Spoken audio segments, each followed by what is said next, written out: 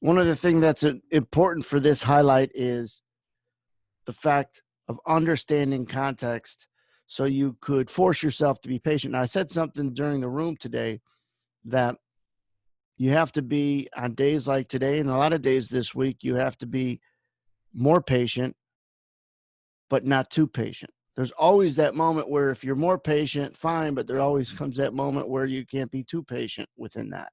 It's very difficult to be able to put your head around.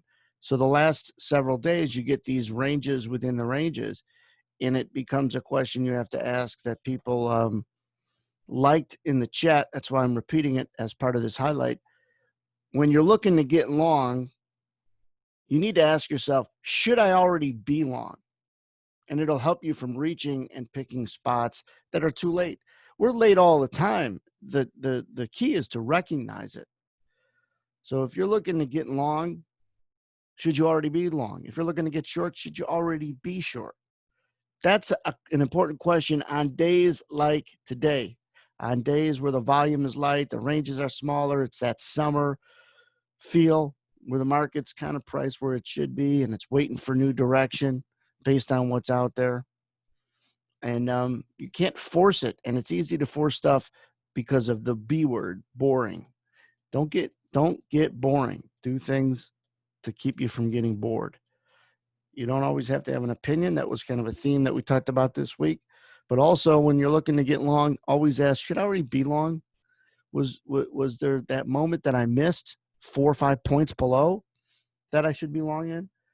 The other thing that's difficult in days like today is the range is generally defined, and it's hard to sell the top of a range and buy the bottom of a range because at some point it is going to break out of that range.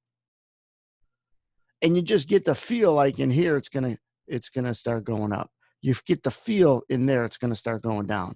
Sure enough, it turns around and goes the other way. So you have to have good qualifiers that help you not to reach. Good qualifiers, and maybe take a shot at the bottom of the range, even though the bottom of the range is defined for the whole world. Always know where you're going to get out before you get in to manage that risk. Know how much risk you're taking before you take it. Therefore, manage your risk before you take it. Much easier than after, because after you take the risk, all the emotions are going to flood. All the I don't want to be wrong, I want to be right floods in. And then your objectivity goes to, well, I'm not really objective, but I think I am. And that's a dangerous place to be when you're not objective, but you think you are. And so your mind's only going to see the things that keep you long or keep you short. First thing that tells you how good your location is price. Watch it, but have a plan of knowing where you're going to get out before you get in. Have a safe weekend, guys. Be careful. And we'll see everybody at the next highlight.